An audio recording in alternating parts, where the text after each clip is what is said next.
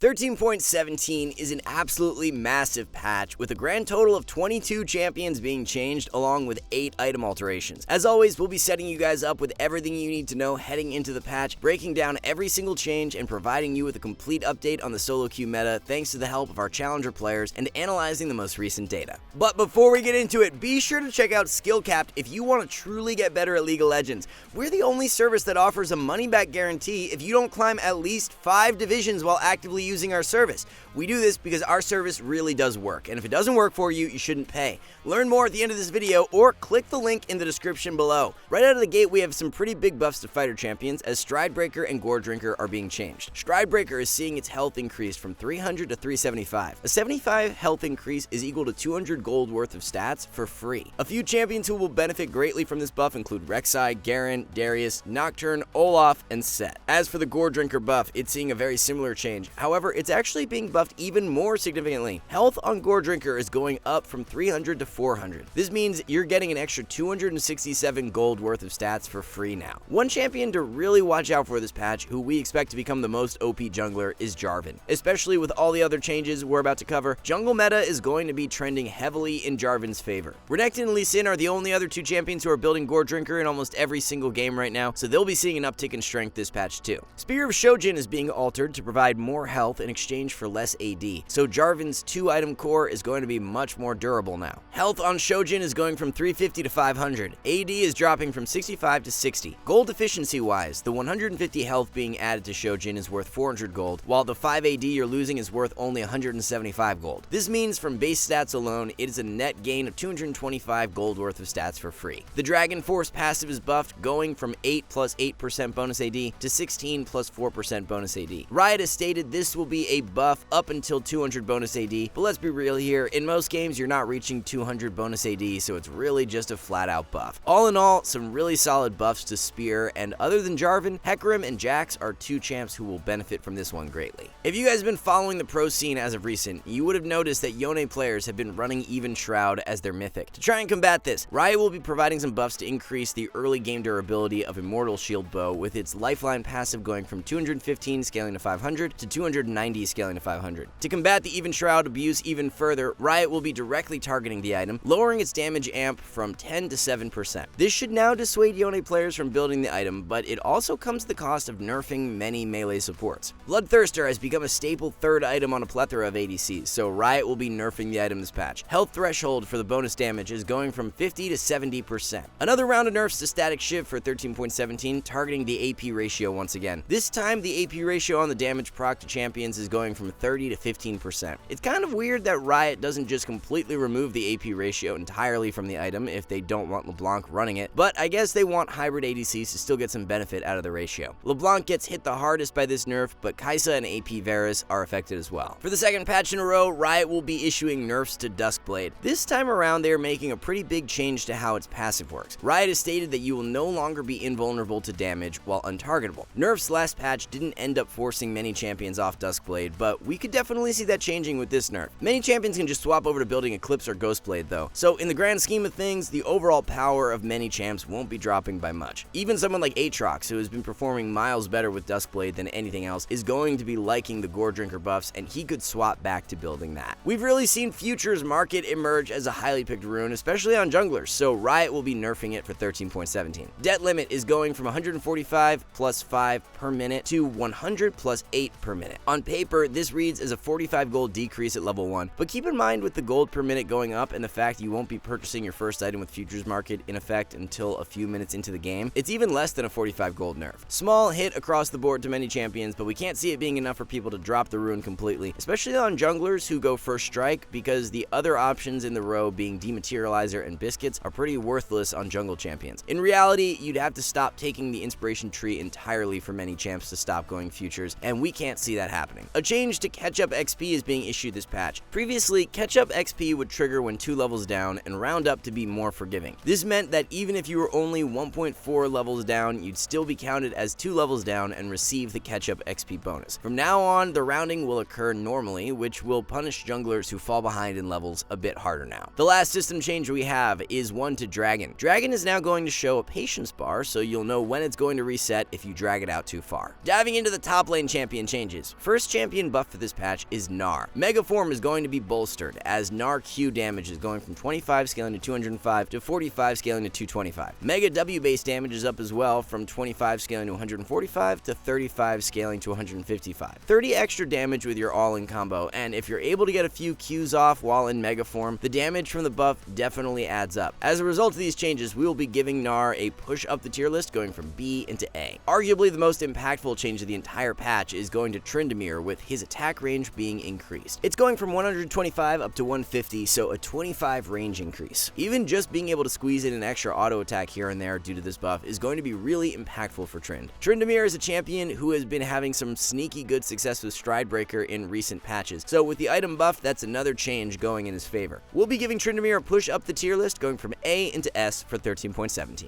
A bit of an odd change to Aatrox here, a type of change we don't see all too often, but the damage type of his passive and W are being altered. Passive and W damage will now deal magic damage instead of physical damage. Since magic resist is generally harder to come by for most champions, and the enemy is likely not going to be building mercs instead of SkillCapped into Aatrox, this should end up being a net positive change in most cases. The Duskblade and Gore Drinker changes this patch will also indirectly influence Aatrox's power level, so it's difficult to say exactly where he's going to land power-wise. For now, we'll be leaving Aatrox in the top lane A tier. A couple of Quinn changes are being thrown into the patch. Health growth is going to be increased from 99 to 107. Q damage is actually going down at the later ranks, from 20 scaling to 120 to 20 scaling to 100. E damage is also dropping at the later ranks, going from 40 scaling to 160 to 40 scaling to 140. So more durability in exchange for less damage, which Riot intends to be power neutral. We won't be shifting Quinn anywhere on the tier list, as she will remain in the top lane S tier. So having a look at the complete top lane tier list, it's Malphite, Illaoi, and Garen as the 3 OP picks. We're moving Garen up this patch, as he's been a borderline OP pick as of recent, so those Stride Breaker buffs are going to push him over the top. If you're looking to pick up Garen, we've actually got a new full game commentary from our challenger top laner Sam on the website that can help you out. With Garen moving up, this forces Camille down into S tier. She's really not any weaker this patch, it's just we only have 3 OP slots, and Garen is higher priority now. As mentioned when discussing the item changes, champs who build Stride Breaker or Gore Drinker will be on the rise this patch. Champs like Renekton, Darius, Garen, and Olaf have all been really solid solo queue picks in recent patches, so for them to be indirectly buffed here is a bit of a head scratcher. With the Spear of Shojin buffs, we'll definitely keep you guys in the loop if more top lane champs see viability with the item. For now, Jax is definitely one we know will greatly benefit, but there could be some sleepers like Camille, Set, Renekton, Riven, and Fiora. A couple top lane champions well worth a ban for this current meta include Malphite, Fiora, and Illaoi. Definitely just spam Garen right now if you are in the lower ranks to climb fast, but Malphite and Mundo are 2 solid options as well. Riot's decided to throw Elise a bone for this patch, with her Spider Form auto damage and healing being changed. Auto damage is going up from 10 scaling to 40 to 12 scaling to 42. Auto healing is up as well, from 4 scaling to 10 to 6 scaling to 12. E stun duration is being altered, going from 1.6 scaling to 2 seconds to 1.6 scaling to 2.4 seconds. A 0.4 second increase may seem like a solid buff on paper, but we have to keep in mind that you don't max Elise E out until last. This means you won't have this buff into full effect until you reach level 18, which in reality is not going to happen in the majority of games. As a result, E buff is more placebo than anything else, and the Spider Form damage and healing buffs aren't anything crazy either, so we'll be keeping Elise in our jungle A tier. Blue Kayn has really taken over in recent patches and is heavily outperforming Red Kayn, so a few changes will look to combat that for 13.17. First off, Kayn W AD ratio is being nerfed, going from 1.3 to 1.1. Not only this direct nerf, but the nerf to Duskblade is also going to affect Blue Kayn, while the buff to Gore Drinker helps out Red Kayn. All in all, Blue Kayn is without question weaker heading into 13.17, but due to Red Kayn becoming much stronger, we won't be dropping him down the tier list. Don't sleep on a Gore Drinker with Spear of Shojin core when playing Red Kayn due to those item buffs. We expect a 3-item core of Gore Drinker, Cleaver, and Shojin to be very powerful moving forward. One jungler who's just flat out nerfed for 13.17 is Kha'Zix. Q AD ratio is going down from 1.15 to 1.1. This may not seem like a big deal, but keep in mind Kha'Zix Q is a very short cooldown spell, so the nerf adds up very quickly over an extended skirmish. We also have to factor in the Duskblade nerfs when considering Kha'Zix's power level for 13.17. The fact Umbral Glaive is just the better analytical rush item right now means we don't see the Duskblade nerfs actually mattering that much. Ka is completely fine going Eclipse as well, so if the passive nerf to Duskblade ends up being super harsh, it's not the end of the world for him. Something else we have to take into consideration when rating Kha'Zix is how other champions around him are being affected. Many bruiser junglers like Jarvan Jarvan and Rek'Sai are buffed for this patch due to the Stridebreaker and Gore Drinker buffs, which will lead to less priority on Ka. All in all, a small drop-off in power is what we expect for 13.17, and therefore we'll be moving Kha'Zix out of OP tier and into S. A couple of Kindred nerfs are on the way, with their E being the spell targeted. E slow is going to be reduced, dropping from 50 to 30%. E missing health damage is lowered as well, from 8% to 5%. Kindred has just barely been holding on to an S tier spot in recent patches, so as a result of these nerfs, we'll be moving them into A for 13.17. We've got a bunch of Hecarim alterations heading to live, starting with a few mana changes. Base mana is going from 277 to 280, while mana per level is down from 60 to 40. Mana regen is being changed from 6.6 plus 0.6 per level to 7 plus 0.8 per level. Q cost is down from 30 flat to 28 scaling to 20. W cost is down as well, from 50 scaling to 90 to 50 scaling to 70. Lastly, W Omnivamp is altered from 25 plus 2% per 100 bonus AD to 20% flat. It's really the Spear of Shojin buffs that are going to be of most impact to Hecarim in 13.17. Especially with Duskblade nerfed, we should see Shojin really take off as Hecarim's priority rush item. With these mana changes, it will be interesting to see if they shift the priority on Manamune at all. Overall, we expect Hecarim to be in a really good spot for 13.17, and we'll be moving him up into the jungle S tier. A couple of Vi changes focused around buffing bruiser builds are penciled in. Passive shield strength is buffed, going from 10% max health to 12% max health. Passive cooldown refund is buffed too, going from 3 to 4 seconds. E cooldown refresh is being reduced from 14 scaling to 8 seconds to 12 scaling to 8 seconds. R base damage is down, and the bonus AD ratio drops as well, from 1.1 to 0.9. All things considered, Vi is becoming tankier, but at the cost of less kill threat level 6 onwards. For Pro Vi, this is likely a buff, but for solo queue specifically, it's difficult to say. We don't see these changes being enough to warrant a push up the tier list, so Vi will continue to be rated as an average B tier jungler. The final jungler change for this patch is going to be Xin Zhao. Passive heal will no longer scale off your total AD and instead scale off the champion's max health. Riot has stated this will be a buff, but as we can see from the background gameplay, it's extremely minor, providing you with only 2 extra health at level 3. The more health you get, the more impactful a buff will be, but it's really not going to do anything for the early game power of Xin, which is where he wants to be proactive. As a result, no change to Xin Zhao's solo queue tier list placement, as he remains a B tier pick. Moving on to the jungle tier list, we've got some massive alterations for 13.17. OP tier is looking a whole lot different, as Jarvan continues to lock down a spot, but will now be joined by Nocturne and Rek'Sai. All 3 of these champions have been extremely powerful in recent patches, and the item buffs are what push them into OP.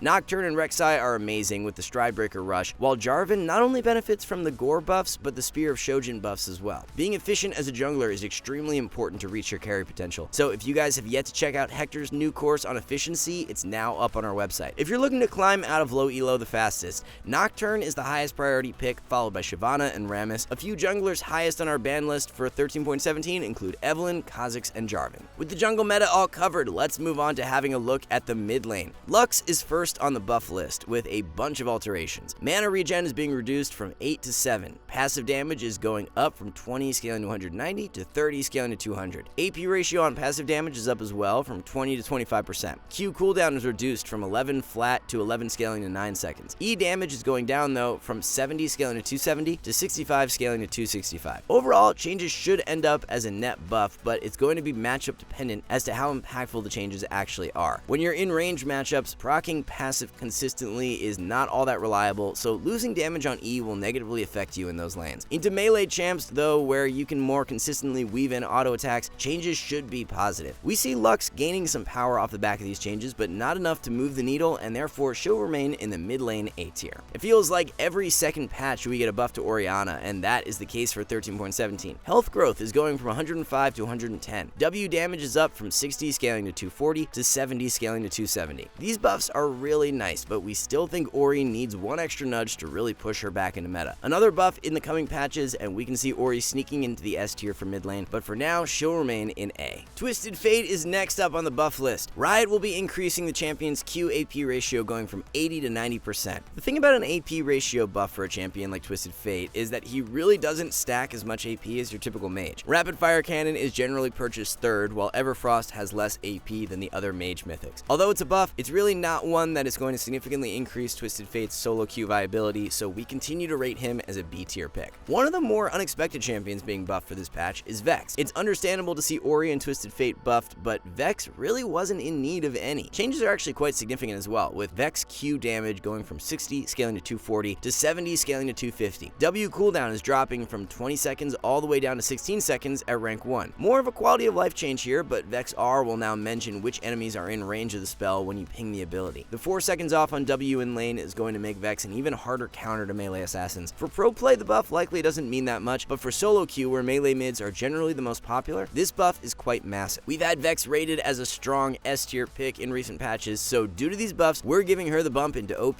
for 13.17. The 5th mid lane champion receiving buffs for this patch is Zoe. Health regen is going up from 6.5 to 7.5. E sleep duration is being increased from 2.25 to 2.5 seconds. E magic resistance reduction will be increased from 20 scaling to 30% to 30% flat. All in all, these buffs really aren't that impactful, but will help to solidify Zoe as a strong S tier pick for solo queue. Riot went really light with the Nefiri nerfs in 13.16, but they're not holding back this time around. A bunch of nerfs are headed her way as base health is being lowered from 650 to 635. Passive cooldown is changed from 25 scaling to 10 seconds to 30 scaling to 15 seconds. Nefiri's pack mates will now take 100% bonus damage from champion melee attacks. Q2 heal is lowered at the later ranks, going from 45 scaling to 125 to 45 scaling to 105. Q2 minimum damage drops by 5 at all ranks, while the AD ratio is down from 70 to 40%. Q2 max damage is being lowered by 10 at all ranks, but the AD ratio is not being lowered. E first hit ratio is dropping from 60 to 50%. E second hit ratio is down as well, from 90 to 80%. With so many nerfs, it's going to be difficult to accurately predict how far Nefiri drops down the tier list. So for now, we're moving her from OP into S, but we'll have a better idea of her strength for the mid-patch tier list update. Uxin is the final mid lane champion with changes for 13.17 as Riot is increasing his durability but lowering his damage. Health growth is going from 104 to 107. Armor growth is up from 4.2 to 4.7. Attack damage growth, however, is down from 3.5 to 3. Changes should end up being relatively power neutral, so we'll be leaving Uxin in the mid lane S tier. Mid lane tier list is going to see a shakeup for 13.17, with Nefiri and Xerath dropping out of the OP tier, being replaced by Vex and Neeko. The Xerath changes are more targeted towards support, so we'll cover them in depth when going over the role, but they will negatively influence Xerath mid too. Tryndamere mid will be an interesting one to watch this patch, as he's been a very sleeper pick in recent patches and only becoming stronger moving forward. A lot of Trynd mid players actually run a Stridebreaker build more often than top lane Trynd players, so the item buff will be great for him too. When prioritizing who to ban, looking to champion play rates and then factoring in their strength is important, which leads up to rating Zed, Nefiri, and Fizz as the best mid lane bans. To climb out a low elo from mid lane, adding one of Malzahar, Aurelion Sol, or Annie to your champion pool is what we'd recommend. Riot went super heavy on jungle and mid for this patch, as there's just one ADC being changed. Samira is the lucky one, as her base health is being increased from 600 to 630. Nothing overly impactful, but Samira has been on the edge between B and A tier over the past patch, so we'll be giving her the push into A for 13.17. Especially once players stop building Duskblade, and with those shield bow buffs this patch, things are trending in Samira's favor. So for the ADC tier list, it's another patch of a pretty stable meta, with Ashe being the most powerful carry and Misfortune sitting alongside her in the OP tier. Our challenger ADC 6-Axe has a new commentary for you guys with the lethality build on the website if you're looking to pick her up. Kai'Sa and Varus take a bit of a hit due to the static shiv nerfs, but our initial assessment is that the changes won't be enough to alter their tier list placement. With Stridebreaker buffed, it will be interesting to see if any bruiser builds emerge on ADC for this patch. There was a patch or two there where pros were experimenting with the item on Zeri, but then it kind of just fell off in favor of crit. A few of the highest priority ADC bans for 13.17 are Kai'Sa, Ashe, and Ezreal. To climb out of low elo the fastest from ADC, Sivir, Misfortune, and Ashe are all excellent choices. Two support champions being changed for this patch. First up is Xerath. Base mana regen is going down from 8 to 6.85. Passive mana restore on unit kill is up from 2 to 2.5. W mana cost is being increased from 70 scaling to 110 to 80 scaling to 120. Since Xerath does not last hit when playing support, this is a flat out nerf. The champion has been overperforming in recent patches though, so these nerfs are likely only enough to bring him more in line with the other S tier supports, so we won't be dropping him down the tier list. Riot has a plethora of changes lined up for Blitzcrank aimed at increasing his durability but lowering his damage. Health is up from 633 to 650. Magic resist from 28 to 32. Base attack speed is down from 0.65 to 0.625. Attack speed ratio is lowered from 0.7 to 0.625. The health percent in which Blitzcrank's passive shield will proc is going from 15 scaling to 45% to 30% flat. W mana cost is lowered from 85 to 75. W attack speed is being reduced to the later ranks. W will no longer grant bonus magic damage on hit. E mana cost is lowered from 40 to 25. E AD ratio is up from 75 to 100%. R passive will now deal an an additional 2% max mana damage. So all in all, you're losing some extending fight power due to the W nerf, but are gaining a lot in exchange. The fact EAD ratio has been increased will definitely lessen the blow of the W damage being lowered. We'll have to see just how impactful that loss of damage from W actually is, because on paper it doesn't seem like a big deal, but can definitely make the difference if you get into extended skirmishes. We're expecting Blitz to come out the other end power neutral, and we'll be leaving him in S for now, but we'll be sure to keep you guys updated in the mid-patch tier list if anything changes. So having a look at the support tier list, just one minor adjustment heading into 13.17. OP tier will be locked down by Zyra and Rakan, while we're moving Rel down into S. Rel has been teetering in between OP and S in recent patches, so due to the Even Shroud nerfs and the item being such an integral pickup on Rel, we're bumping her down. Nautilus, Alistar, Leona, and Maokai will also be feeling the effects of that Even Shroud nerf, but we don't think it will be enough to drastically reduce their power levels. A few support champions well worth the ban right now include Nautilus, Blitzcrank, and Rakan. To climb from low elo as a support, Heimerdinger, Zyra, and Rel are a few of the best bets. Alright guys, before we wrap this up, let's tell you a little more about SkillCapped.